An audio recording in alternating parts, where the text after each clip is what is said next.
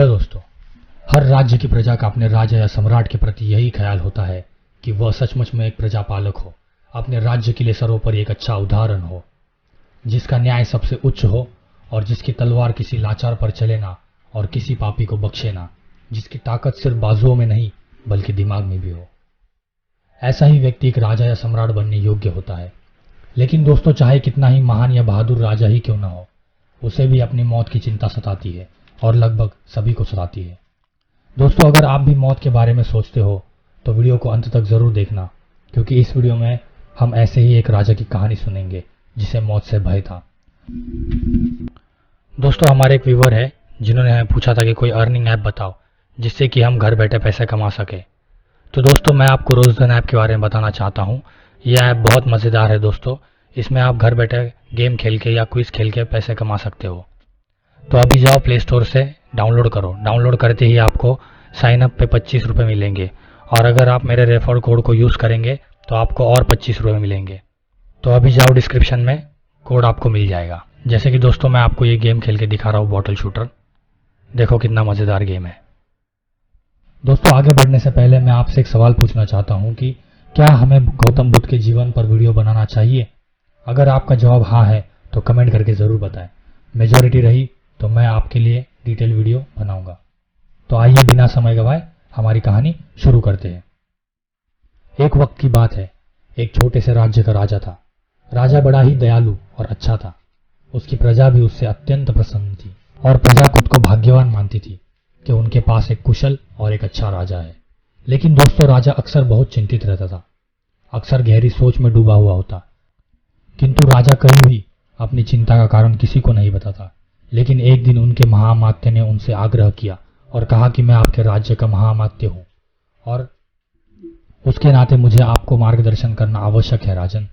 अमात्य की बात सुन राजा उसे सब बताता है कि मैं अक्सर ये सोचता हूं कि किसी दुश्मन राज्य ने हम पर आक्रमण कर दिया और मुझे मार दिया तो यदि मेरी मृत्यु हो गई तो मेरी जनता और मेरे राज्य का क्या होगा?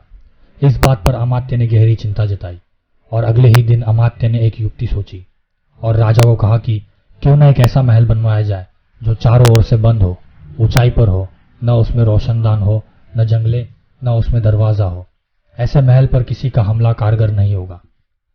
राजा भी अमात्य के सुझाव से सहमत हुआ और उसने तुरंत ऐसा महल बनवाने का आदेश दिया। अमात्य ने महल बनवाने का काम शुरू कर दिया।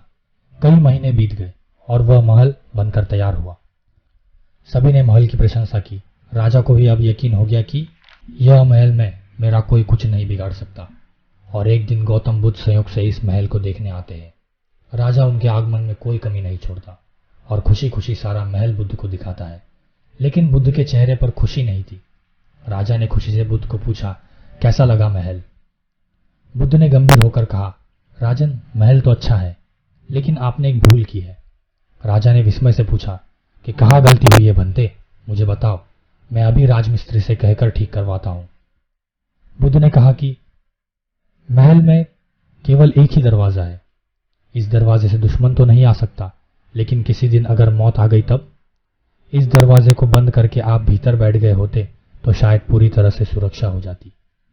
बुद्ध के कथन से राजा गहरी सोच में डूब गया और उसकी आंखें खुल गई। उसने समझ लिया कि बंद महल तो किसी काम का नहीं, व्यर्थ है। मैं दुश्मन से तो बच सकता हूं, पर मौत से नहीं, जिसके लिए तो दरवाजे की भी जरूरत नहीं होती, क्योंकि मौत तो अटल है और जब मौत आती है तो उसे दुनिया की कोई दीवार, कोई दरवाजा नहीं रोक सकता। दोस्तों, इस कहानी के माध्यम से बुद्ध ने हमें सीख दी है कि मौत की चिंता मत करो। अक्सर कई लोग मौत से घबराते हैं, तो ऐसे लोगों को मैं बता दूं कि इस पूरे ब्रह्मांड में सबकी मृत्यु निश्चित है, चाहे वह सूरज हो या चांद हो या हमारी पृथ्वी हो।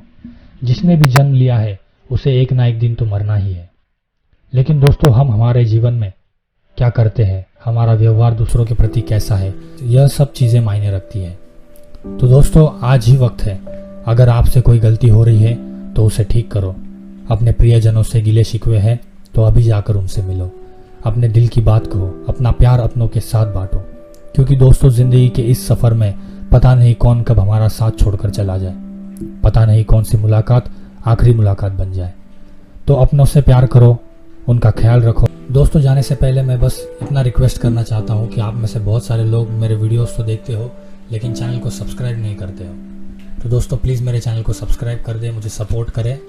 तो मैं मिलता हूँ अगले वीडियो के साथ, तब तक के लिए stay safe and bye bye.